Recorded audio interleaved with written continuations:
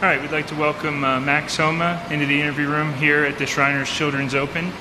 Max making his second start of the season after successfully defending his title at the season-opening Fortinet Championship and coming off an impressive 4-0-0 week at the President's Cup in his tournament debut. So, Max, those two things mentioned, things are probably going about as well for you as possible to start this new season, right? Yeah, it's been a really cool start to the year.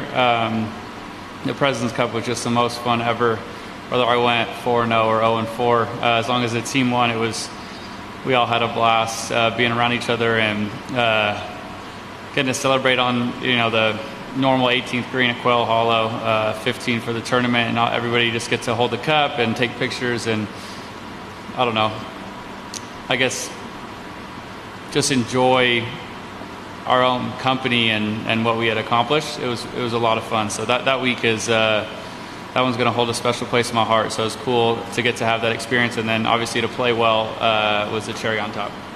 And you probably haven't had the success here that you had hoped for, but you feel like you're a much different player than you were maybe in your last few starts here. Yeah,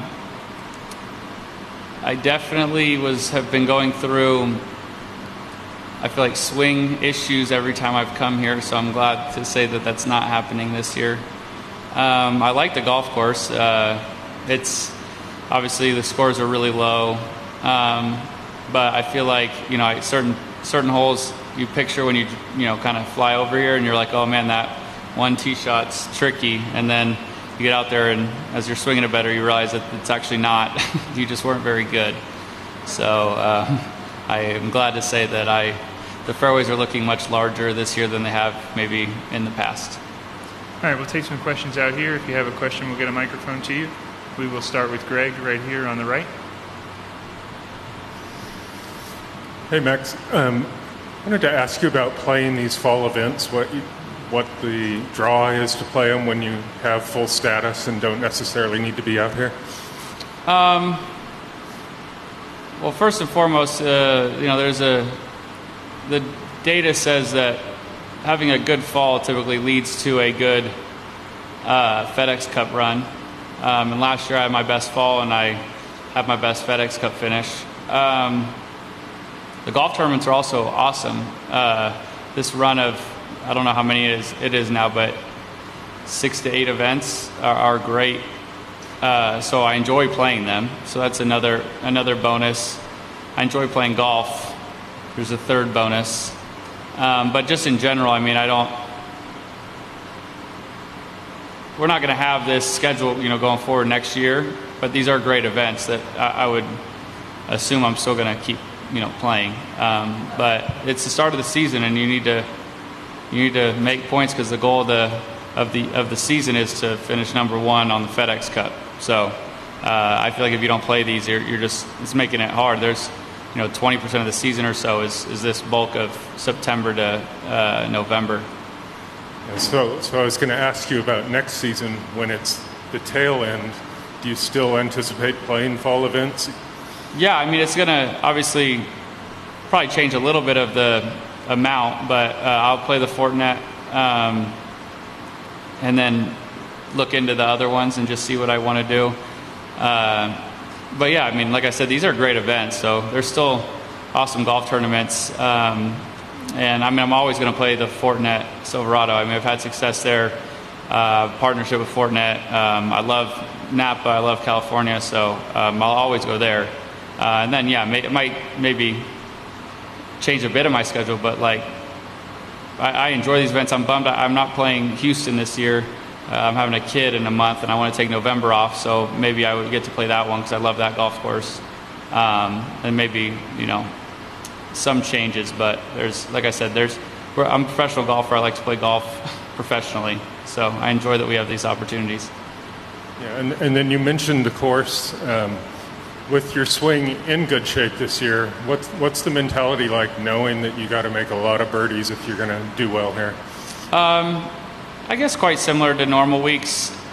I feel like if you're approaching the tournament the correct way, it would essentially be just to, hit a good tee shot, hit the smart, best second shot, and then hit the best putt you can. And courses are only scores are only lower because there's, as people say, like half pars around here. There's a short par 4 you drive, and then there's reachable par 5s, one of which it's very reachable. So, you're going to have maybe a couple more eagle putts than you would normally, and then your birdie putt average is probably going to be a bit.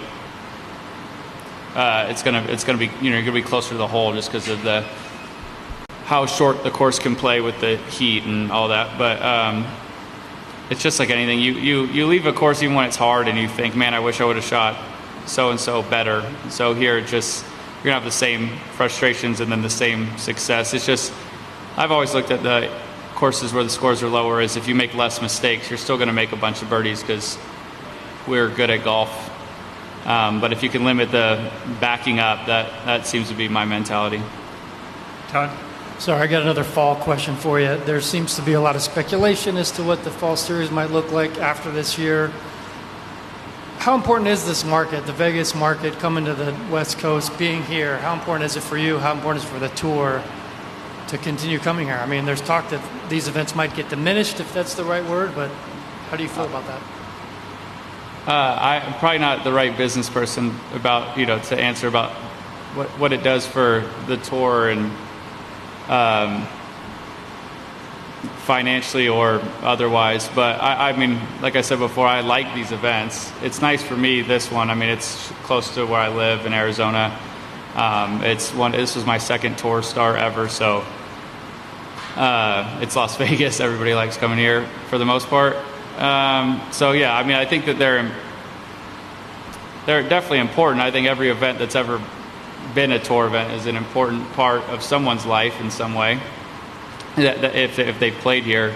But yeah, I'm not sure the future of all these. I don't know what changes when we don't have a wraparound season as we have. I would imagine that the events would still do all right because, like I said, I mean, I think a decent amount of us are still very excited about the events that we would play. It doesn't change, some of the guys don't play much in the fall at all. These events are still doing all right. So, but I would have to defer to a person much smarter than me about the market and whatnot. I think Ben has a question over here. We get the microphone too. Mate, you mentioned the long-term goal of the FedEx Cup. What would you say if I told you were 28-1 to win it in the first ever FedEx Cup market that's up? You're saying this year 28-1? Currently. Yeah, that's great. I don't know if that matters. Fair reflection. I just saw the Lakers are projected to win 36.5 games. And I would hope to God that's not true, but it could be wrong or it could be right. But I don't know. I mean, like I said at the Fortnite, it feels really good when you see that you have that's a really good chance to be the best player for a season. So I think that's exciting, and it's better than 100-1 or probably in the past where I've been 1,000,000-1. So, but it doesn't change anything. I mean, I guess it just shows that I've been playing well, and I should have a chance if I do what I've been doing.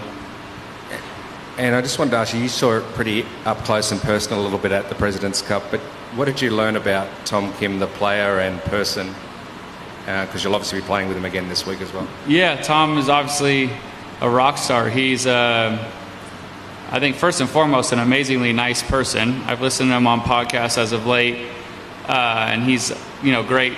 He's got like that fresh outlook on the game of golf, which is cool. I mean, he's 20 years old, so that's amazing to even be out here. I know he's been playing professional golf for a little while, longer than you'd expect a 20-year-old, but I mean, to be able to qualify for the President's Cup at that age is crazy to me. He played awesome all week.